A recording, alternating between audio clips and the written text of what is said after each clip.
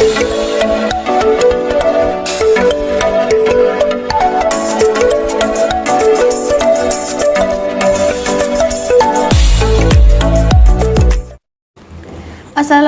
warahmatullahi wabarakatuh. Perkenalkan, nama saya Syedina Fazli Gustin, mahasiswa semester 1 STIM Mahaputra Riau, S1 Manajemen. Baiklah, di sini saya akan menjelaskan sedikit tentang globalisasi dan bisnis internasional dalam memenuhi tugas mata kuliah pengantar bisnis. Baiklah, yang pertama saya akan menjelaskan pengertian globalisasi. Globalisasi adalah suatu proses sosial dan budaya yang dimulai dengan berinteraksinya suatu bangsa dengan bangsa lain, dan integrasi internasional yang terjadi karena pertukaran pandangan dunia. Fenomena ini melibatkan integrasi ekonomi, budaya, kebijakan pemerintah, teknologi, ilmu pengetahuan, dan gerakan politik di seluruh dunia.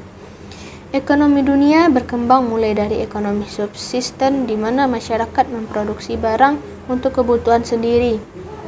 Kemudian perekonomian tumbuh semakin terbuka menjadi ekonomi kota, negara, bahkan menjadi ekonomi global. Globalisasi ekonomi membuat proses produksi dan konsumsi barang dan jasa, kerja internasional yang melibatkan banyak negara. Dalam produksi barang, suatu negara memerlukan banyak sumber daya yang diperoleh dari berbagai negara. Perusahaan-perusahaan akan mencari sumber daya yang paling murah atau ekonomis, sehingga wajar apabila mereka mencari ongkos produksi yang murah di seluruh dunia. Pada sisi lain, globalisasi dapat dipandang sebagai ancaman bagi perekonomian suatu negara. Para penentang berpendapat bahwa globalisasi membawa implikasi timbulnya perdagangan bebas yang dapat mematikan perusahaan domestik. Globalisasi ekonomi telah dipandang sebagai fakta yang tidak dapat dihindari oleh semua negara di dunia. Kesiapan negara di dunia dalam menghadapi globalisasi akan menentukan survive ekonomi suatu negara. Yang kedua, pendorong globalisasi.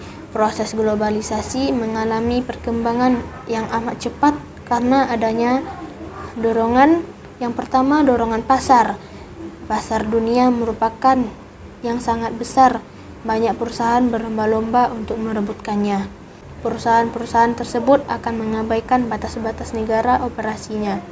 Saluran pemasaran global dan regional didirikan untuk ekspansi pasar. Upaya tersebut didukung strategi pemasaran global, salah satunya dengan melakukan iklan global. Yang kedua, dorongan biaya. Perusahaan-perusahaan mereka lebih tertarik untuk mencari faktor-faktor produksi yang memberikan ongkos paling murah. Pengesaan atas sumber daya yang murah memungkinkan mereka untuk bersaing dalam persaingan global. Yang ketiga, yaitu dorongan pemerintah. Proses globalisasi akan semakin cepat dengan adanya perjanjian internasional. Untuk melakukan liberalisasi perdagangan internasional, caranya dengan mengupayakan berkurangnya hambatan masuk ke pasar melalui pengurangan bea masuk, tarif, dan non-tarif. Pemerintah-pemerintah di dunia memiliki kepentingan untuk memajukan perekonomiannya dan berupaya untuk mengikuti tren perdagangan bebas agar perekonomiannya maju dan tidak terkucil. Yang keempat, dorongan persaingan. Persaingan bebas global dari tahun ke tahun semakin ketat. Perusahaan yang berupaya memasuki bisnis global bertambah banyak untuk memenangkan persaingan.